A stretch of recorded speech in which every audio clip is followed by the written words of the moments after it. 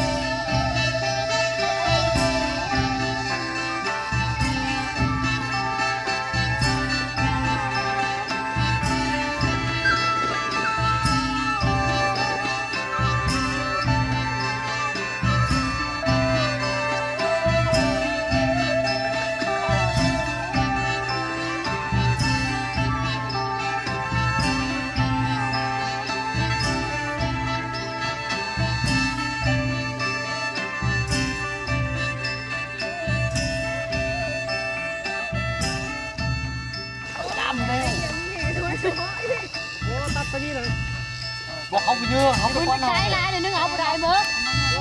ประเทศน้าแม่เดี๋ยวนึงลืมมั้งกูเยอะกับเรื่องเลยที่ประเทศน้าเลิกบ่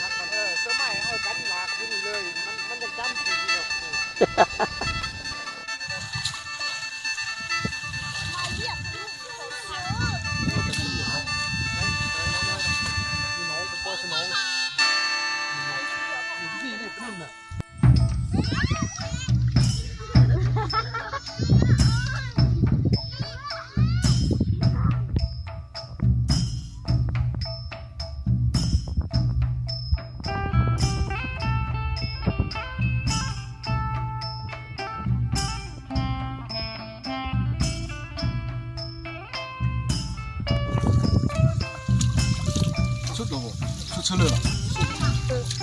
เป๊ะเอาลูกเรือเจ๊มัน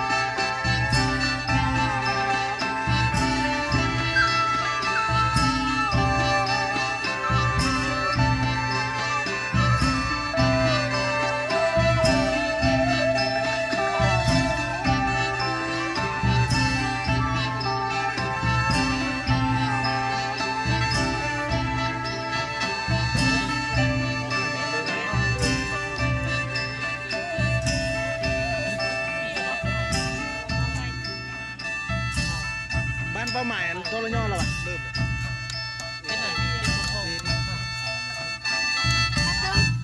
คงจี้นะมาไหม